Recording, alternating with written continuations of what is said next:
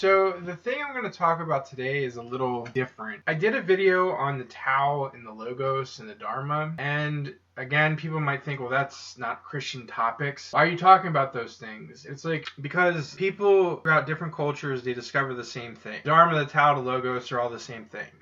It's fundamentally the principle of Platonism is that there is a fundamental reality that can be described. It's the fundamental point of all philosophy that there is what's real. And I think if you look at Christ, he described ethics in a way that was real. Now, people say it's not true, but it's like, I think those people are lying to themselves. I think if you can argue with Christ, you are kind of at a point where it's just like, why are you arguing with Christ? It's like, because I think self-evidently in the life of Christ, in the teachings of Christ, is something that is real and fundamental to learn. Now, there was a criticism of Christ that he was lazy and that he just didn't really do anything. He kind of set a bad example. But did he really? Because, like, the idea of the Protestant work ethic that your defined worth is in your output into the society, that your whole moral worth is in your work, like how many tents you made or how many books you wrote or how many barrels of oil you sold or how many trucks did you build. You know what I mean? It's like, that's where our worth is. And Christ just like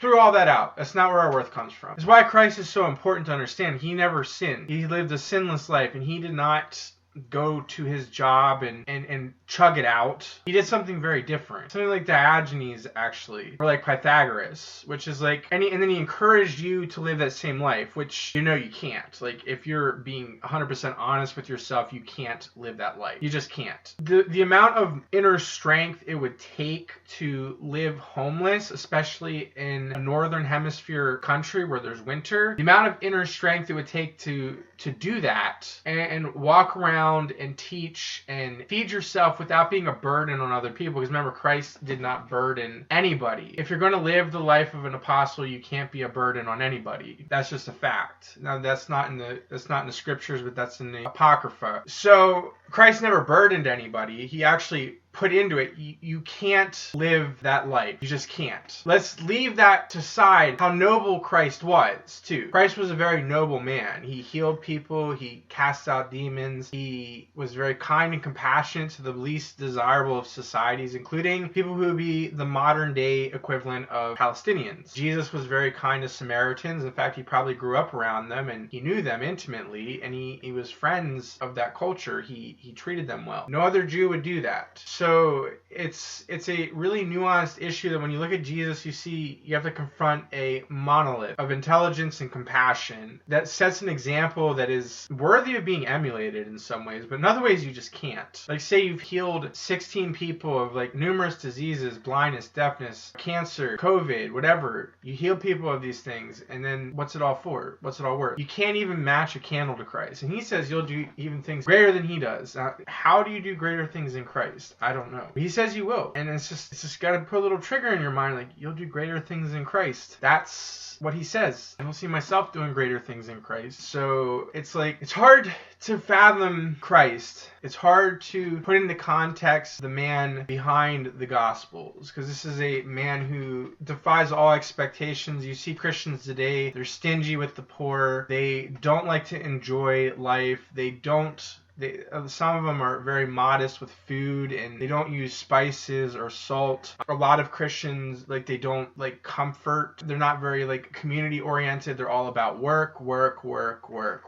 And it's like Jesus is like a completely different person than this. Jesus used more analogies using spices, saying, like, kind of hinting, saying, yeah, just spice your food a little bit, cook it nice. Jesus drank wine at weddings. Jesus told the disciples to take the heads of grain off the field and rub it, which was lawful. That's what you're supposed to do in Leviticus. He's teaching you to enjoy life. He's teaching you to enjoy the company of those you love, which is a teaching I think a lot of Christians miss, actually. The fantastic man that was Christ is a towering monolith of intellect too. He summed up all ethics in 6,000 or 7,000 words. He could sum it all up beautifully. He was a master fabulist who could just tell stories as rich as Grimm's or Aesop's or any of them. He was just an amazing metaphor-packed and driven speaker, which, like, to write stories in that slight compact form that are so full of nuance and truth. It's just a master storyteller. And again, this man was not educated. He was not taught the skills of composition or any of it. He just learned this on his own. He beat men who were educated. They're more educated than any human being in history. They went to the most prestigious colleges. They knew 2 forms of law. They knew every language in the history of the world that was being spoken at that time. They knew science, so they were sophists. They knew every single form of science. Now, they'd call it magic back then, but it's actually science. They knew every single form of science, so they'd be masters of sacred geometry. They'd be masters of whatever mechanics would be there. They'd know engineering. They'd know sleight of hand. They'd know every bit of science that was available at that time. They understood it. And Christ could masterfully wipe these people out with 2 or 3 sentences, which is something that even me, as good as I am at debate, I can't even do. I can't wipe someone out in 2 or 3 sentences. I can't just shut them up in 2 or 3 sentences. In fact, it's very hard to shut someone up in a debate. You can't do it. He did it. Many of us, we have a hard time doing it. As clever, as educated, as wise as we are, we have a very hard time of closing that deal and just permanently ending the debate. Mostly because people don't listen. But, it's like he forced you to listen to him, though. Like, that's the other thing. He forced you to listen to him. He wasn't some fly-by-night kook. Jesus was incredibly rational, and he was an incredibly salient teacher that forced you to pay attention to him. He had no delusions. He had no schizophrenia. He was a completely salient person. Remember, this is before medications. He was completely complete in his personality, completely whole, completely without eccentricity. And you see this man who could demolish people in debates that were far more educated than even our most wisest scholars today. You have to come to the conclusion, and this is a dirt poor man from Samaria, from Nazareth. Now, Nazareth would be the poorest of the poor in all the country. He would never have had an education. He might have seen 1 book in his entire life, and that was the scroll at the temple. Might have only seen that scroll of Isaiah. Might have been the only book he saw in his whole entire life. He was not a rich man. He was not an educated man. You can say, well, they gave him gold, frankincense, and myrrh. Well, that's fine, but that's not enough to carry you through your entire life. And he had no bed. It says that in the Psalms. He had no bed. He was kicked out of his house. He never dashed his foot on a stone. You have to come to this conclusion that Jesus is who he says he is. Just based on all the evidence of who he was in those Gospels, you see a man who is an incredible force to reckon with. And myself, I'm nothing compared to him. Absolutely nothing compared to him.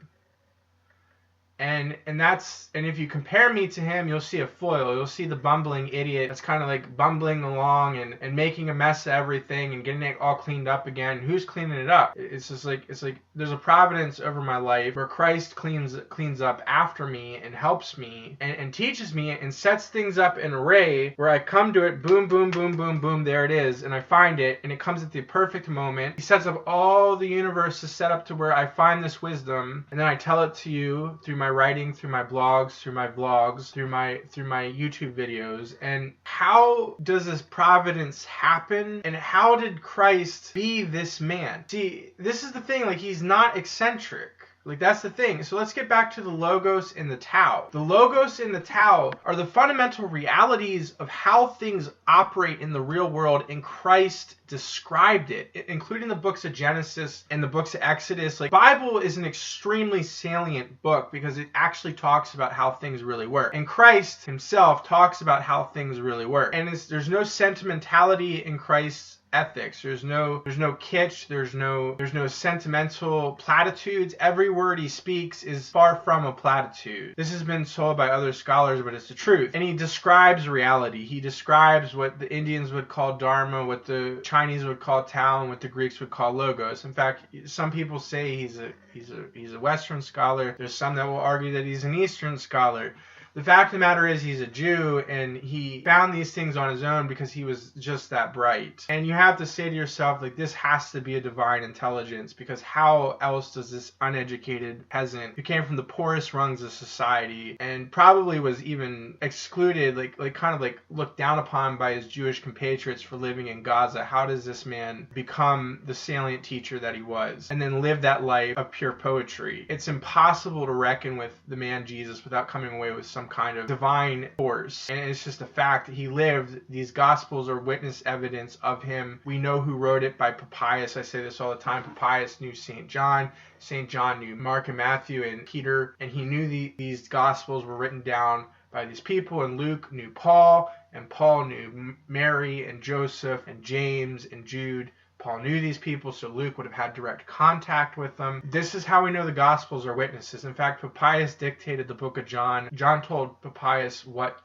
to write, and Papias wrote it down, which is, dictating. It's a form of written communication. I tell them what to write, and he writes it down. I used to do that in school with the therapist who used to walk around with me. So, it's just like, how does this man do this? How does this man do this? And like, how does this man and these people saw him, they ate with him, they died believing he raised from the dead? It's too much to confront that this man actually lived, he actually died, he actually raised, he was that intelligent, he was that kind of person, and you just can't come away with it without the thought that he is the Son of God.